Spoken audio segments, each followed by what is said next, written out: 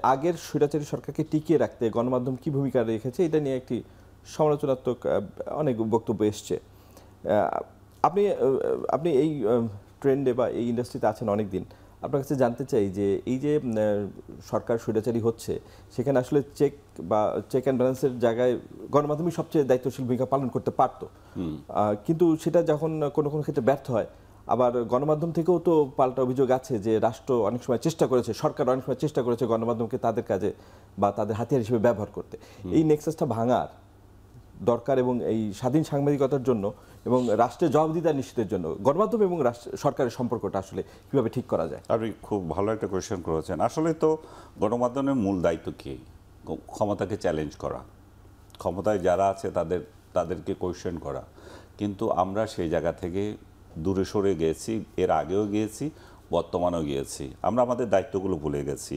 আমরা তথ্যকে দলীয় রঙে রাঙানোর চেষ্টা করি, সেটা আগেও ছিল, এখনও চলতেছে।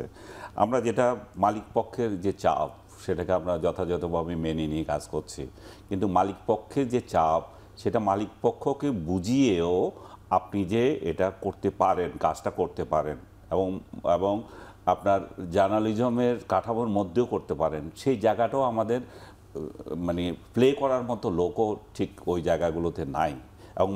এবং ইউনিয়ন সহ অন্যান্য অর্গানাইজেশন যখন দুর্বল তখন মালিক পক্ষ এটা স্বাভাবিকভাবে পেয়ে যায় এবং মালিক পক্ষের উপরও সরকারের চাপ থাকে। মালিক পক্ষের একটা স্বার্থ যেমন আছে, মালিক পক্ষের একটা সরকারের চাপও আছে।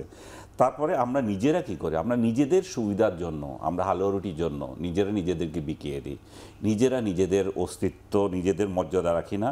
এবং ক্ষমতার আরেকটা জিনিস যেটা আমাদের সাংবাদিকদের করা উচিত, যে ক্ষমতার অপব্যবহার এর উপরে কথা বলা এবং সাহস দেখানো। এই যে এখন আমি যে ডক্টর ইউনূসের সমালোচনা করছি, ওনার ক্ষমতার অপব্যবহার যেখানে যেখানে কথা বলার, সেখানে যদি আমরা না বলতে পারি, সেখানে যদি সাংবাদিকরা কিছু না করতে পারে, তাহলে এই সমাজ থেকে আপনি কি আশা করবেন? এবং এই মিডিয়া থেকে আপনার তো আশা করার কিছু নাই। এবং আরেকটা বিষয় হচ্ছে, আমরা ব্যক্তিগত, যেটা আগেও বলছে, ব্যক্তিগত মতাদর্শকে আমরা এখানে ঢুকে ফেলেছি। এবং আমরা যে ব্যক্তিগত মতাদর্শকে ঢুকে ফেলি, আমি আজকে মির্জা ফখরুল সাহেবের বক্তৃতাটা খেয়াল করছিলাম। উনি বলছেন যে সাংবাদিকরা কেন রাজনৈতিক দলের পকেটে ঢুকে যাচ্ছে। ভেরি নাইস কোয়েশ্চেন, নাইস মতামত। কিন্তু আপনি তো সেই ব্যক্তি যে আপনার রাজনৈতিক মতাদর্শে আপনার পকেটে ঢুকে যে যাচ্ছে, তাকেই আপনি বড় সাংবাদিক হিসাবে মনে করতেছেন, তাকে আপনি নমিনেশন দিচ্ছেন, তাকে আপনি বড় বড় আয়োজনে পাশে বসেন, তার ফোন ধরছে, অন্যদের ফোন ধরছেন, অন্যের ফোন ধরছেন না। তার মানে কি দাঁড়ায়?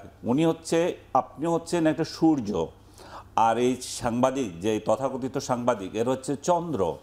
এই চন্দ্রগুলো আপনার আলোকে আলোকিত। চন্দ্রের তো এমনিতে কিছু নাই, নিজের কোনো আলো নাই, আপনার আলোকে আলোকিত। তো আপনার আলোয় আলোকিত লোকদেরকে আপনি মাথায় তুলে নিচ্ছেন। আপনি আবার বলেন যে নিরপেক্ষ সাংবাদিকতা। আপনার দলেরই তো চামচাগুলো যখন চামচামি করে, তখন আপনি বলেন যে ঠিক আছে। আপনি যখন একজন নিরপেক্ষ সাংবাদিক আপনার প্রতি কথা বলবে কিংবা আপনার বিরুদ্ধে যায় এমন কথা কোনো সাংবাদিক বলে, তখন আপনি বিচার করেন, আচ্ছা ও কোন দল করে, আচ্ছা ও কোথায় আছে। কোনো একটা টেলিভিশনে আপনি কাউকে পদায়ন করবেন, আপনার গোলামগুলোকে তো আপনি পদায়ন করছেন। এবং 1/11 যে 5 আগস্টের পরে যতগুলো নিয়োগ হয়েছে, বিএনপি যতগুলো দিয়েছে, তাদের গোলাম ছাড়া তো কাউকে দেয় নাই। তাহলে সেই জায়গাগুলো আপনি গোলাম, আমি শব্দটা এই জন্য বলছি যে এটা ওই আক্ষরিক অর্থে না, মানে তাদের মোসাহেব জুড়ে যেগুলো তাদের পুস্ট ফরমাস কাটে তাদের জন্য। এবং এরা সাংবাদিক না, বেসিক্যালি এরা হচ্ছে দলীয় দালাল এবং এরা দলের পকেটে ঢুকে গেছে।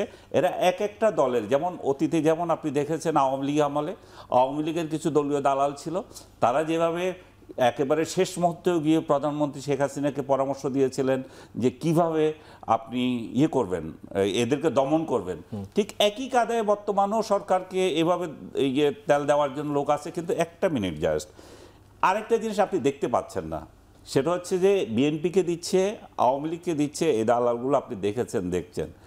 ইউনূসকে কী হারে তেল দেবে সেটা আপনি দেখা থেকে বঞ্চিত হচ্ছেন। কারণ ডক্টর ইউনূস নিজে একটা প্রেস কনফারেন্স করেন নাই, কোনো মিডিয়ার মুখোমুখি হন না। উনি যদি হতেন তাহলে দেখতেন যে ওনার ইউনূস সেন্টারে গিয়ে তেল মেরে এসেছিল যাদেরকে উনি এখন বিভিন্ন জায়গায় পদায়ন করেছেন, বিভিন্ন বড় বড় জায়গায় দিয়েছেন এবং সাংবাদিকতা শিখাচ্ছে অন্যদেরকে। এরপরও দেখতেন যে কয়েক হাজার লোক তার পায়ে পড়ে কিভাবে গোলামি করা যায় সেটা জাতি দেখতো, এখন জাতি ওই গোলামদের দেখা থেকে বঞ্চিত।